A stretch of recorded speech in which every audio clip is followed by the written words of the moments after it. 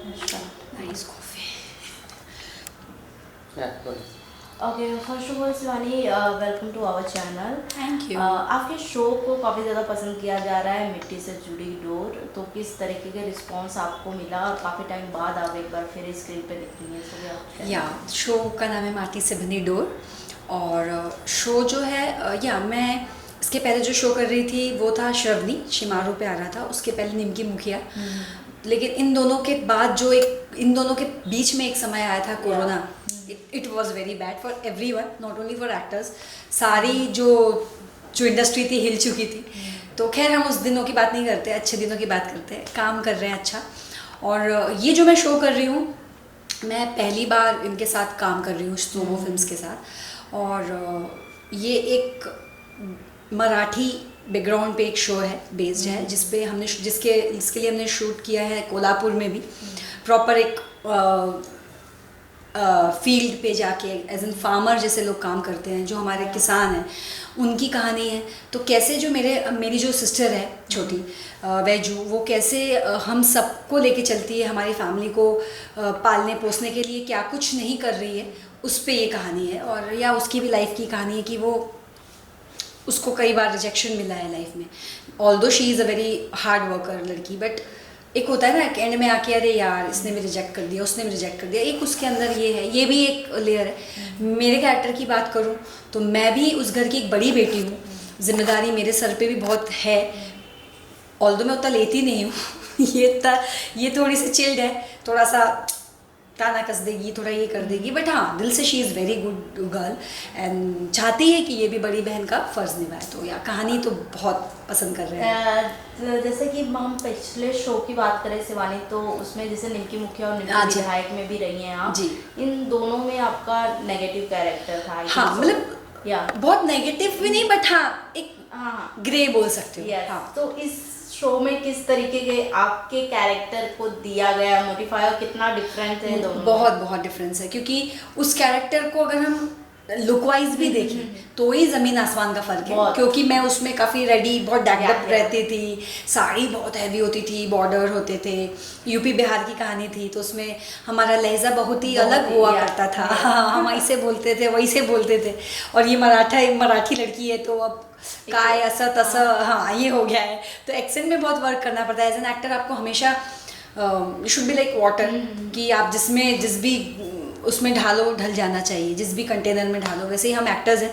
तब मैं गजवा वाली थी, अब मैं कावेरी हूँ, और उसमें मैं चुलबुली और इतने बड़े बड़े ईयर रिंग्स पहनने वाले, हाथ में रिंग्स पहनने वाली, चूड़ियाँ। फिर आगे कावेरी तो बिल्कुल 360 डिग्री अपोजिट, जिसमें मैं एक सूती साड़ी पहनती हूँ और एक छोटी सी बिंदी लगाती हूँ, एक चोटी करती हूँ।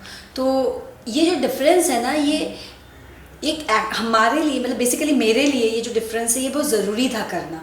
क्योंकि क्या होता है, आप लाइफ में चैलेंज बहुत जल्दी एक्सेप्ट नहीं करते हो, और खुद की जब बात आती है ना कि नहीं यार मैं ये कैसे करूँगी, मतलब या मैं तो कभी इसके अलावा कहीं, मतलब ऐसे मेकअप के अलावा ऐसे मेकअप में कैसे दिखूंगी। एक एक्टर का सबसे पहले तो ये होता है कि कम मेकअप ज़्यादा मेकअप, वो एक्चुअली होना ही नहीं चाहिए। आपको जो किरदार मिला है, आप उसमें उसको ब्यूटीफुली करोगे तो आप ऑटोमेटिकली ब्यूटीफुली दिखोगे। और शिवानी, बात करें एज अ एक्टर, जैसा कि कहा आपने बहुत गैप हो गए हैं इस समय, जो इंडस्ट्रीज की बात करें, टेलीविज़न की बात करें या फिर बॉलीवुड की बात करें, दोनों में अब काफ़ी ज़्यादा चैलेंजिंग हो गया है विद द एक्टर। कितना फेसेस करना पड़ता है चैलेंजिंग एज एक्टर, स्ट्रगल? हाँ देखो, स्ट्रगल्स आर नेवर एंडिंग। मतलब हम ये बोल ही नहीं सकते कि भाई ऐसे काम साइड में रखा है मिल जाएगा, कभी भी नहीं। और चाहे वो बहुत अच्छा एक्टर क्यों ना हो, एक्टर अच्छा बुरा नहीं होता है, एक्टर का समय अच्छा बुरा होता है कभी भी। तो आप अच्छा समय आएगा, आप उसको देखने लग जाओगे। हो सकता है मे बी वो बंदा या बंदी ने एक छोटा सा किरदार किया होगा कभी, लेकिन उसका समय उतना अच्छा नहीं था उस समय, तो उसको लोगों ने देखा भी नहीं होगा। लेकिन क्योंकि उसका समय अच्छा चल रहा है, तो लोग बोलेंगे वाह क्या काम किया है।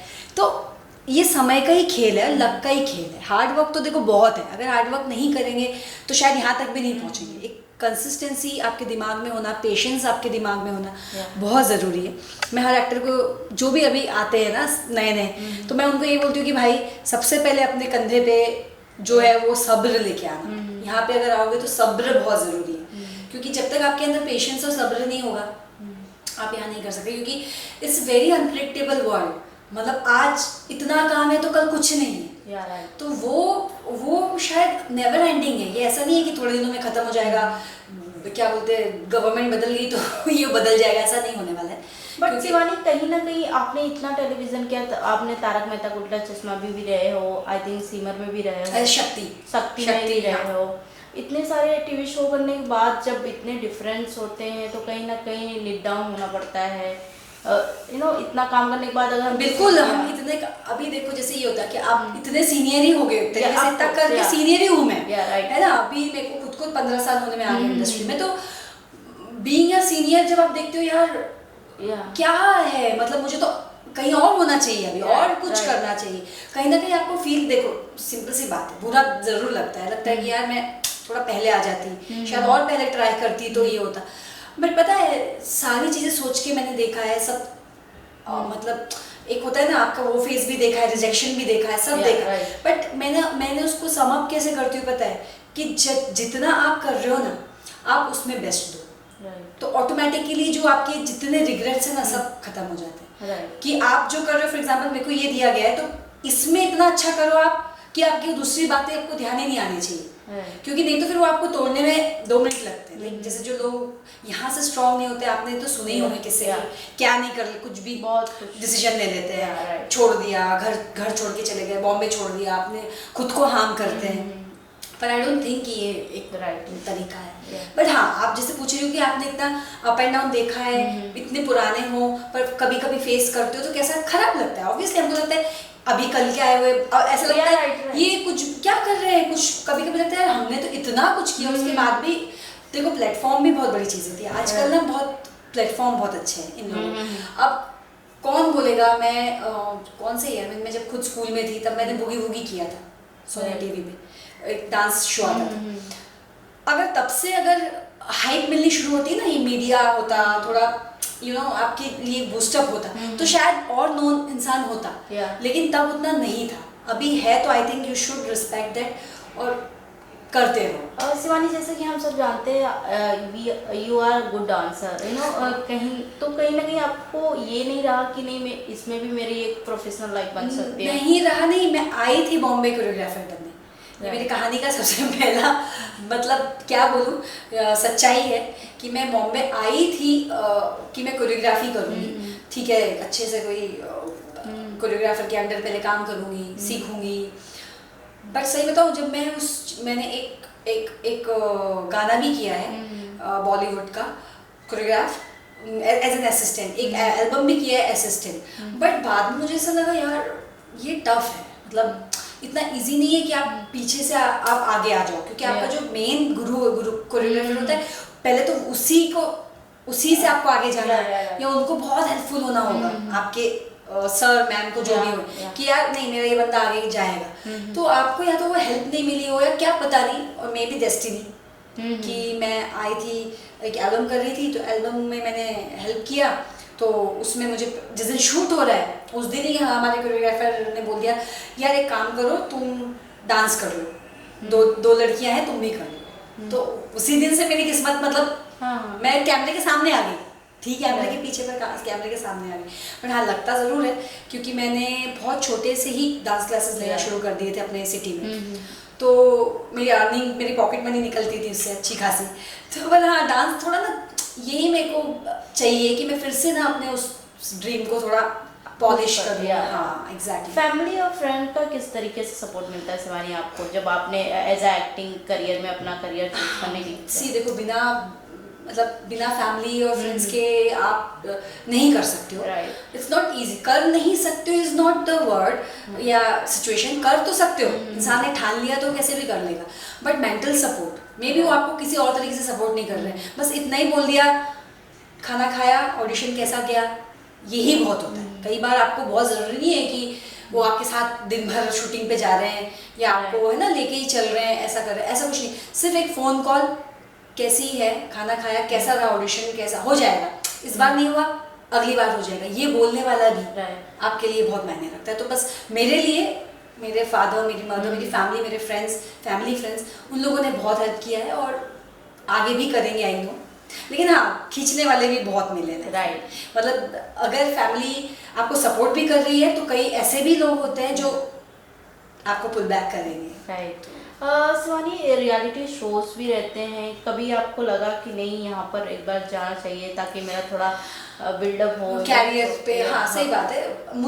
मैंने जैसे कि आपको बोला, मुझे मेरे डांस पे थोड़ा सा लाइट थ्रो करना है, लोगों को बताना है कि आई एम अ डांसर। और इतना गैप डांस में हो गया ना कि मैं अब खुद से भी पॉलिश करना जरूरी होता है। आप चाहे कितने भी कुछ भी कर रहे हो, लेकिन बोलते हैं ना, आप जब तक उसको ब्रश अप नहीं करोगे, रियाज नहीं करोगे, तब तक आप वो अच्छे से नहीं कर पाओगे। तो एज एन एक्टर क्या हो गया, मैं एक्टिंग कर करके 12-14 घंटा हम लोग एक्टिंग उसमें रहते हैं, जोन में।